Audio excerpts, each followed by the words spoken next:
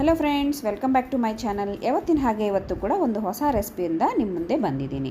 ದಿನ ತಿನ್ನೋ ಪಲ್ಯ ಸಾರು ಇವೆಲ್ಲ ನಮಗೆ ಬೋರ್ ಹೊಡೆದಾಗ, ಬಾಯಿಗೆ ಸ್ವಲ್ಪ ಏನಾದರೂ ಚಟ್ಪಟ ತಿನ್ನಬೇಕು ಅನಿಸಿದಾಗ ಈ ರೀತಿಯಾಗಿ ಚಟ್ನಿ ಮಾಡ್ಕೊಂಡು ತಿಂದರೆ ನಮಗೆ ರೊಟ್ಟೆ, ಅನ್ನ, ಚಪಾತಿ ಯಾವುದೇ ಕಾಂಬಿನೇಷನ್ಗೂ ಸಖತ್ ಟೇಸ್ಟ್ ಅನ್ನೋದು ಇರುತ್ತೆ. ಇನ್ಯಾಕೆ ಲೇಟ್ ಮಾಡ್ತೆ, ಈ ಚಟ್ನಿಯನ್ನು ಯಾವ ರೀತಿ ಮಾಡೋದಂತ ನೋಡ್ಬಿಡೋಣ. ಮೊದಲನೇದಾಗಿ ಸ್ಟವ್ ಮೇಲೆ ಒಂದು ಪ್ಯಾನ್ ಇಟ್ಕೊಂಡು ಇದಕ್ಕೆ 1 ಟೇಬಲ್ ಸ್ಪೂನಷ್ಟು ಆಯಿಲನ್ನು ಸೇರಿಸ್ಕೊಳ್ಳಿ. ಅದು ಬಿಸಿ ಆದಮೇಲೆ ಸ್ವಲ್ಪ ಮೆಂತೆ, 1 ಟೇಬಲ್ ಸ್ಪೂನಷ್ಟು ಧನಿಯಾ, ಒಂದು ಅರ್ಧ ಟೇಬಲ್ ಸ್ಪೂನಷ್ಟು ಜೀರಿಗೆಯನ್ನು ಹಾಕ್ಕೊಂಬಿಟ್ಟು ಈ ರೀತಿ ಚೆನ್ನಾಗಿ ಫ್ರೈ ಮಾಡ್ಕೊಳ್ಳಿ. ಈ ರೀತಿ ಚೆನ್ನಾಗಿ ಫ್ರೈ ಆದಮೇಲೆ ಒಂದು 4-5 ಒಣಮೆಣಸಿನ್ಕಾಯಿ, ನಾನಿಲ್ಲಿ ಗುಂಟೂರು ಒಣಮೆಣಸಿನ್ಕಾಯಿನ ತೊಗೊಂಡಿದ್ದೀನಿ, ಅವನು ಹಾಕ್ಕೊಂಬಿಟ್ಟು ಈ ರೀತಿ ಚೆನ್ನಾಗಿ ಫ್ರೈ ಆದಮೇಲೆ ಒಂದು ಪ್ಲೇಟಿಗೆ ತಗೊಂಡು ಇಟ್ಕೊಳ್ಳಿ.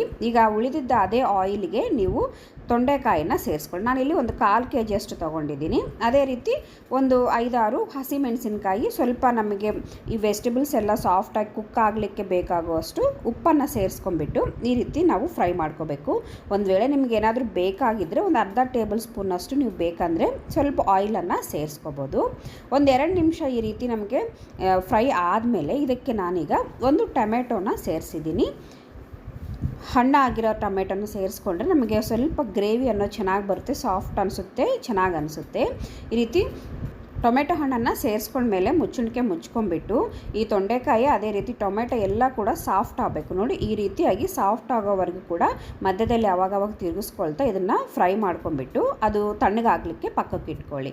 ಈಗ ನಾವು ಮೊದಲನೇದಾಗಿ ಫ್ರೈ ಮಾಡಿಟ್ಕೊಂಡಿರೋ ಒಣಮೆಣಸಿನ್ಕಾಯಿಗೆ ಸ್ವಲ್ಪ ಉಪ್ಪನ್ನು ಸೇರಿಸ್ಕೊಂಡು ಈ ರೀತಿಯಾಗಿ ಕೋರ್ಸಾಗಿ ಇದನ್ನು ನಾವು ಗ್ರೈಂಡ್ ಮಾಡ್ಕೋಬೇಕು. ಅದಾದಮೇಲೆ ಒಂದು 4-5 ಬೆಳ್ಳುಳ್ಳಿ, ಸ್ವಲ್ಪ ನಮಗೆ ಟೇಸ್ಟಿಗೆ ಎಷ್ಟು ಬೇಕಾಗುತ್ತೋ ನೋಡಿಕೊಂಡು ಅಷ್ಟು ಹುಣಸೆ ಹಣ್ಣನ್ನು ಸೇರಿಸ್ಕೊಂಡ್ಬಿಟ್ಟು ನಾವು ಫ್ರೈ ಮಾಡಿಟ್ಕೊಂಡಿರೋ ವೆಜಿಟೇಬಲ್ಸ್ನ ಇದಕ್ಕೆ ಸೇರಿಸ್ಕೋಬೇಕು. ಇದನ್ನು ಗ್ರೈಂಡ್ ಮಾಡ್ಕೊಳ್ಳುವಾಗ ತೀರಾ ಪೇಸ್ಟ್ ಥರ ಗ್ರೈಂಡ್ ಮಾಡ್ಕೊಳ್ಳಿಕ್ಕೆ ಹೋಗಬೇಡಿ, ತರಿಯಾಗಿ ಮಾಡ್ಕೊಳ್ಳಿ ಗ್ರೈಂಡ್. ಈ ರೀತಿ ಗ್ರೈಂಡ್ ಮಾಡ್ಕೊಂಡು ಆದಮೇಲೆ ನಾನಿಲ್ಲಿ ಸ್ವಲ್ಪ ಕೊತ್ತಂಬರಿ, ಅದೇ ರೀತಿ ಒಂದು ಈರುಳ್ಳಿನ ಸೇರಿಸಿದ್ದೀನಿ. ಇದನ್ನು ಕೂಡ ಕೋರ್ಸಲ್ಲಿ ಅಂದರೆ ಪಲ್ಸಲ್ಲಿ ನಾವು ರಿವರ್ಸಲ್ಲಿ ಹಾಕಿ ಇದನ್ನು ಈ ರೀತಿ ನಾವು ಗ್ರೈಂಡ್ ಮಾಡಿಕೊಂಡ್ರೆ ಈ ರೀತಿ ನಮಗೆ ಪೀಸ್ ಅನ್ನೋದು, ಈರುಳ್ಳಿ ಪೀಸ್ ಅನ್ನೋದು ಬಾಯಿಗೆ ಸಿಗುತ್ತೆ, ಟೇಸ್ಟ್ ಅನ್ನೋದು ನಮಗೆ ಚೆನ್ನಾಗಿ ಅನಿಸುತ್ತೆ. ನಾವು ಹಾಕಿರೋ ಉಪ್ಪು ಹುಳಿ ಎಲ್ಲ ಹೀರ್ಕೊಂಡ್ಬಿಟ್ಟು ಆ ಈರುಳ್ಳಿ ಒಳ್ಳೆ ಫ್ಲೇವರು, ಅದೇ ರೀತಿ ಟೇಸ್ಟನ್ನು ಕೊಡುತ್ತೆ.